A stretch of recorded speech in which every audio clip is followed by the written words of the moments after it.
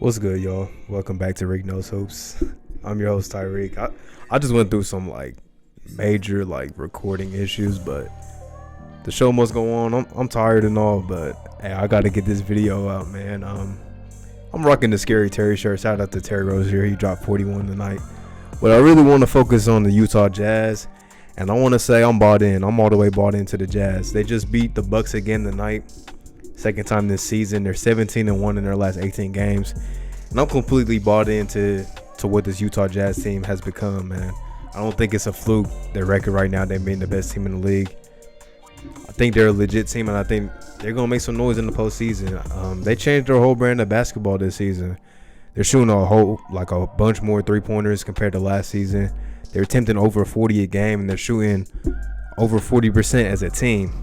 That's crazy. A whole team is shooting over 40%. And, Donovan Mitchell shooting 41%. I'm pretty sure that's got to be a career high for him. Jordan Clarkson shooting about 38. And then, Joe Ingles and those guys. Mike Conley shooting the ball really well. And, Rudy Gobert's holding down the paint on the defensive end. And he's just doing what he does on the offensive side, finish plays at the rim. I'm bought into this Jazz team, man. I really am. And, of course, they defend like crazy.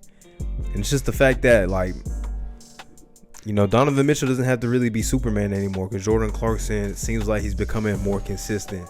And, time will tell with that, as we get deeper into the season. But, we're at a good sample size right now. We're a third of the season done already. And we're at a pretty good sample size. Jordan Clarkson's showing us that, he pretty much has 6 man of the year on lock. And he's capable of having some big-time games. And, when it comes to the playoffs, you just need him to have one of them big games, once a series or something like that. Because, I think Donovan Mitchell is going to be so consistent because he's a big-time playoff performer, man. And, they beat up on the Bucks again tonight, like I said. I think that's 2 in a row for the Bucks, if I'm not mistaken. 2 straight losses for them. And really, Utah was in control this whole game. Just doing what they do. Joe Ingles and Jordan Clarkson really controlled the flow of the game. They were shooting the ball extremely well. Just like they had been all season long. And Rudy Gobert had a big game against Giannis and them. Also, he dunked all over Giannis too. Put him on a poster. But hey, if you ain't bought the Utah Jazz stock, you might want to buy in now because I don't think that this is a fluke at all. I think this team is what they are right now.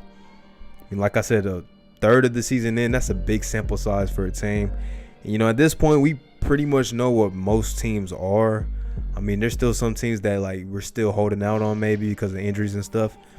But I think this team is pretty much what they are. And, they have a new identity. They're going to space the floor. They're going to shoot a lot of three-point shots. And, shooting 40%, I don't think it's a fluke this far into the season. So shout out to the Jazz. I'm excited to see, if they can keep this pace up. And I want to see them play against, some more top teams. I want to see them play against the LA teams. They beat the Bucks twice already, so that's great wins for them. I want to see them against Brooklyn, just to see how they shape up against some of the league's best. But great win for them. Shout out to Rudy Gobert for having a big game. Donovan Mitchell, Clarkson, and them guys, man. And it's scary because Bogdanovich has been better lately, but he hasn't been great. He struggled tonight. He hasn't really been great this season. He was a 20-point scorer for them last season. And he hasn't really shot the ball that great so far this season. About 42%. He's shooting over 40% from 3, though. But, 42% from the field is not great for him efficiency-wise. So, I expect him to end up, picking up his efficiency, too. So, that's just another scary aspect for this team to have. And also, that's somebody that they did not have in the bubble last year. And, they really needed him big time in the bubble. But, with him, not even at his best form right now. Mike Conley playing at a great level. Jordan Clarkson having a career year. Rudy Gobert just doing his thing like always. Scary team, man. Joe Ingles has been shooting the ball well. It's a scary team in my opinion. And, I wanted to wait a little longer, but I think I've seen everything that I need to see. And if your offense is struggling and you have the New Orleans Pelicans on your schedule, consider yourself lucky because Dallas put up a $143 on the Pelicans tonight. Luka had a career night. He always has a bunch of career nights, but 46 points for him is a career high, which I don't know why, but for some reason I feel like he scored more than 46 at some point. But 46, that's a career high for him. Also, dished out 12 assists. Pelicans are just bad.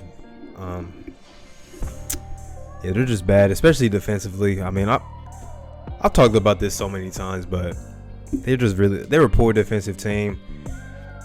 Good on the offensive end. Shout out to Zion for having a career night. I think he was like, at one point he was like 14 to 15. I don't know what he finished, but at one point he was like 14 for 15 from the floor. Yeah, he finished 14 for 15. All 14 of those field goals were in the paint. He was 14 for 14 in the painted area. That's ridiculous. You can't stop Zion from getting into the paint and getting to his left hand. It's nearly impossible, like regular season wise. But bro, this Pelicans team is so confusing. But Dallas, I'm gonna focus on Dallas. They're starting to pick up their offense a little more. They were looking good like last week when they were playing the Warriors. They were getting their offense back together. Luka was playing good. Porzingis has shown flashes, but I mean other guys have been stepping up. Like Jalen Brunson had a big game the other night. And Porzingis had a great game tonight. I just realized he had 36 points. Like, you see Luka play so well. Porzingis had a quiet 36, it seemed like. That's a big-time game for him. Finney-Smith shot the ball really well, and they need him to be productive. And they're going to need Tim Hardaway to get going like he was last year. It's just like guys haven't been hitting their shots this year. But, they're going to need him to get going. They're going to need Josh Richardson to get going, too, from the floor. Guys like, Brunson's been playing good of late. This team, think they just got to get their offensive rhythm back. It looks like they lost their mojo a little bit. Even Luka came out some games and just hasn't looked like Luka. But of late, like the past week and a half, they look really good offensively.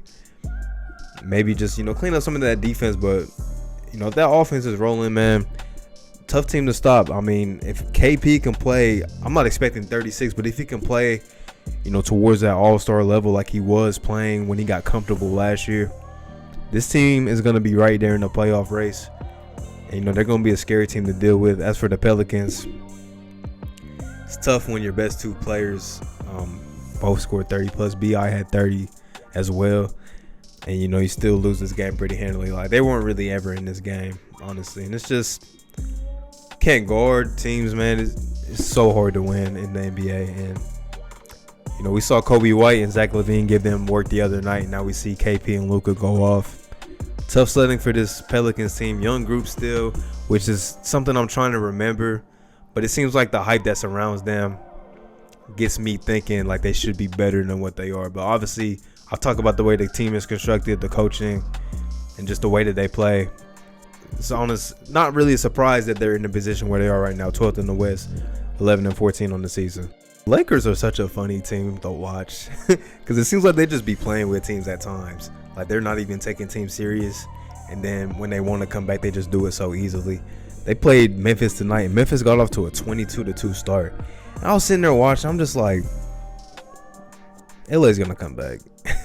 LA's going to come back. I mean, AD is his first game back, and I think he missed like 3 or 4 straight with the Achilles tendonitis or something like that. Just being precautious with that. He got off to a slow start. I mean, everybody got off to a slow start. Bron didn't look good early on. And then you look, AD finished with 35. Bron finished with almost a 28-point triple-double. And it's like they ended up winning by 10 after being down 20 early on. Like, this Laker team, they just – there's not much to take away from them, man. I mean, like I talked about before, Bron's right there in the MVP conversation. For me, him and Embiid are like 1 and 2 right next to each other. It's hard for me to pick. I might give Bron a slight edge right now.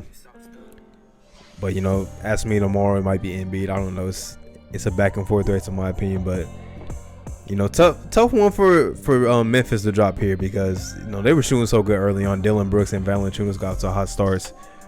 But once LA got locked in, it was just tough sledding for them the rest of the way. I think they've lost like 4 of their last 5 now. So, very tough for them. Sadiq Bey, I don't know. If you're a real basketball fan, you might be familiar with Sadiq Bey, rookie out of Villanova for the Detroit Pistons. He gave the Boston Celtics work tonight, man. I feel like every shot he took went in. He was hitting everything, bro. He ended up with 30 and like 12 boards, career highs for him. And everybody's coming into the draft. They're like, he's one of the most NBA ready prospects right now. Just pure 3-and-D player. But he showed he showed that he is that 3-point assassin tonight. I mean, I don't know how many threes he ended up hitting, but it seemed like he hit like 10. It seemed like, but in reality, he just had a great game. Caught a body too, big time poster. I think he dunked on Daniel Tice. But Detroit, they're giant slayers. Like, they beat a lot of good teams, like a lot of above 500 teams. Like, they beat the Lakers, they beat the Celtics twice. Now they beat Philly twice. I think they beat Brooklyn earlier this week too. Like, they're just giant slayers. Yeah, shout out to Sadiq Bey and Detroit for once again beating my Boston Celtics. Just second out of the back-to-back, but I can't give that excuse. You still got to go out there and play, and this is a team that you're expected to beat, and then end up losing that game at home. Tough loss for them. Marcus Smart, get well soon. Your team misses you. And also, like I said, Scary Terry put up 41, and the Hornets won another game. It was a close one. Like, went down to the wire, but Terry Rozier hit some big shots down the stretch. And man, this Hornets team, like I said, fun team to watch. And they could be a team that might sneak into that playoffs. Like, don't be surprised if you see that. Shout out to Terry Rozier. He's had some big games this season. A couple big ones this week. Dropped 34 earlier this week, too, in the win. Or they might have lost that game. I don't know. But he dropped 34 earlier this week. He's been balling. The Knicks beat the Wizards. The Wizards struggling once again. I don't like the stat, but with Russell Westbrook in the lineup, they're like 2-14. Tough sledding for, Wizards fans and Russell Westbrook fans all around. The Spurs beat up on the Hawks. Spurs are quietly one of the most fun teams to watch, and also a sneaky good team as well. 15-11 on the season. DeMar DeRozan, I don't know if he'll make the All-Star game, but he definitely deserves some love, like, on them ballots. If he was a reserve, I wouldn't be surprised. He's had a really good season, and he's playing the power forward position this season. So shout out to him for adapting this game once again.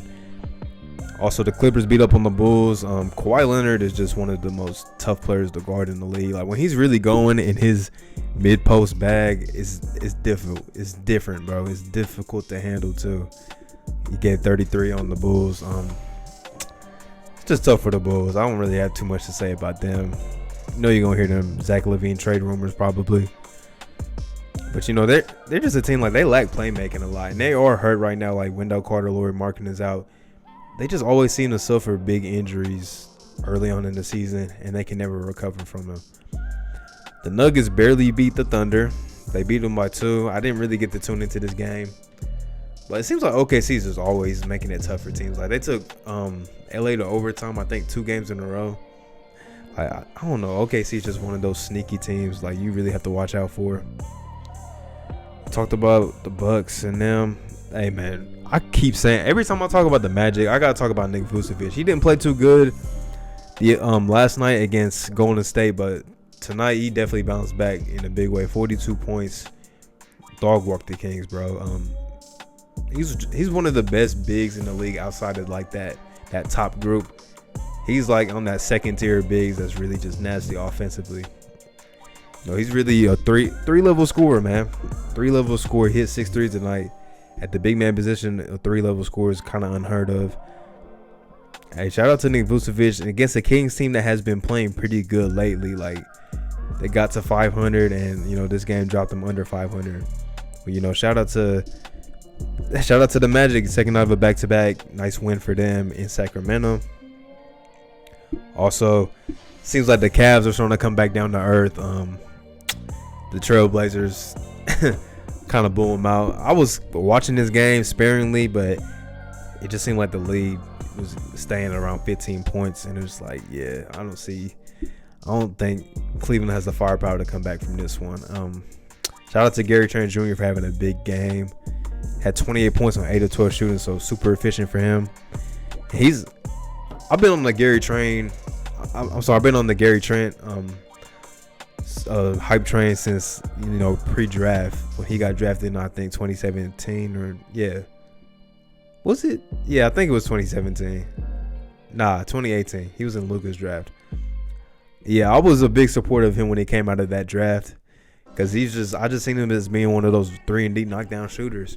It took him a little bit of time to get his opportunity, but once he got it in the bubble, he really hasn't looked back. I mean, he was getting time sparingly early last season, but he really solidified himself in the bubble. And even though early on this season, it was kind of like in and out of the rotation, seems to have found a spot in the rotation, especially with CJ McCollum being out. So I like seeing guys like that succeed, because I think he has all the potential in the world to be like a really good player in this league, honestly. That's really one of my favorite low-key kind of guys in the NBA. So shout out to him for having a big game tonight in Portland, stringing together back-to-back wins.